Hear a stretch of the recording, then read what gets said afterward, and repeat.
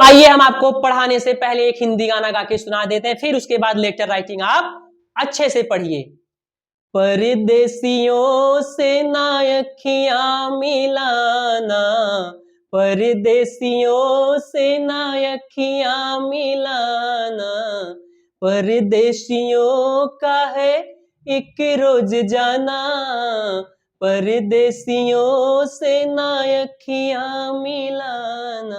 Everyone, I am Kapil, you are watching Kapil English world. My dear student, इस video में आपको बताने जा रहा हूं फॉर्मल लेटर हम लिखते कैसे हैं, उसका स्ट्रक्चर क्या होता है।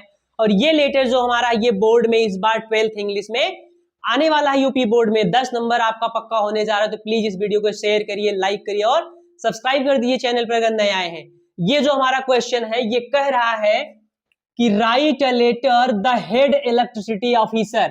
आपको लेटर लिखना है, जो हेड ऑफिसर होता है विद्युत विभाग का उसे लिखना है। अगर आपके बोर्ड में आ जाए इलेक्ट्रिसिटी से रिलेटेड कोई भी लेटर, तो आपको यही चीज लिखना है, केवल उस अधिकारी का यहाँ नाम बदल जाएगा बस। ठीक है, बहुत होगा, इंजीनियर होगा, इस विभाग का कुछ भी होगा, और आप उससे रिक्वेस्ट कर रहे हो कि मेरा बोर्ड का एग्जाम नजदीक है और लाइट नहीं आ रही है, तो प्लीज लाइट अच्छे से दीजिए, सप्लाई अच्छे से करिए, नहीं तो हमारी पढ़ाई नहीं हो पा रही है। उससे रिलेटेड ये लिखा गया है, रिक्वेस्टिंग हिम, उससे विनती करते हुए कि for regular supply of electricity. Regular मतलब नियमित रूप से बिजली आनी चाहिए। ड्यूरिंग द एग्जामिनेशन, परीक्षा के समय रेगुलर बिजली आए। आपको पत्र लिखना है, आपका बोर्ड एग्जाम नजदीक है, कैसे आप एग्जाम में या कैसे आप लेटर लिखते हैं उसके फॉर्मेट को मैं यहां बताने जा रहा हूं। तो सबसे जो हमारा पहला पॉइंट होता है, आपको कुछ नहीं करना, आप जहां रहते हैं उसका एड्रेस लिख दिया करिए। अगर शहर में है तो शहर का एड्रेस यहाँ, और गांव में है तो गांव का एड्रेस। मान लो ये शहर का एड्रेस लिखा गया है, मैं जौनपुर से बिलोंग करता हूं, तो ये हो जाएगा, ये नंबर जिस गली मोहल्ले में रहता है वहां का संख्या है ये 350 पॉलिटेक्निक चौराहा जौनपुर यूपी। ब्रैकेट में आपको स्टेट लिखना है। यहाँ केवल आपको 2 वर्ड लिखने रहते हैं, बाकी नीचे लिखना रहता है बाईं तरफ, यहाँ कामा देना रहता है। दूसरा पॉइंट क्या करते हैं माय डियर स्टूडेंट, मैं डेट लिखता हूँ। डेट को किस फॉर्मेट में लिखा जाता है, ऐसे नहीं लिखा जाएगा कि 18/1/2026, ऐसे नहीं, 18 जनवरी, यहां कामा हो जाएगा, पूरा महीना लिखा जाता है 2026, इस फॉर्मेट में। तीसरा हम क्या करते हैं, जिस अधिकारी को हम लिखते हैं उसका भी एड्रेस लिखा जाता है। वो अधिकारी रहता कहाँ है, तो जौनपुर में हम रह रहे हैं शहर में, तो मान लो अधिकारी भी उसी शहर में रहता होगा, तो हम क्या करेंगे, उस शहर का एड्रेस जहां अधिकारी रहता है उसका भी लिख देते हैं। वो कहां लिखा रहता है, यहां लिखा है द हेड इलेक्ट्रिसिटी ऑफिसर, ये आप लिखोगे, द हमेशा स्टार्ट करोगे, द हेड इलेक्ट्रिसिटी ऑफिसर, ये बात जरूर लिखोगे। फिर उसके बाद वो रहता कहाँ है, मान लो ओलनगंज, उस जगह का नाम है ओलनगंज, कामा दे दो, और जौनपुर में रहता है, जौनपुर यूपी, ये उसका एड्रेस हो जाता है। उसके बाद आपकी बात आ जाती है ना, यहाँ सब्जेक्ट आप डाल के लिख सकते हो, यहाँ सब्जेक्ट भी डाल दोगे, यस यू बी, तो ये सब्जेक्ट विषय आता है, ऐसे आप लिखोगे। तो यहाँ regular supply electricity, regular supply of electricity.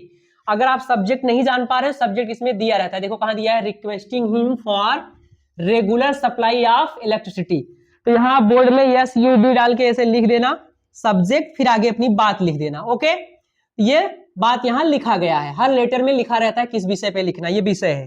फिर अगली लाइन में क्या करना है, रिस्पेक्टेड सर या मैडम जो भी होगा, यहां आपको ये लाइन लिखना है। और जितनी भी लाइन आप यहां से हर लाइन के बाद एक लाइन आपको स्किप करके बोर्ड एग्जाम में लिखना है, ठीक है। उसके बाद हम क्या करते हैं, रिस्पेक्टेड सर।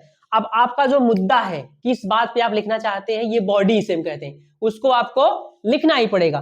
तो ये होता है पहली लाइन, हम जो है इसे रट डालो, I would like draw your attention, ये लाइन रट डालना इसको, और ऑन द इलेक्ट्रिसिटी प्रॉब्लम, जिस मुद्दे पे लिखना है उस मुद्दे का नाम यहां लिख दो।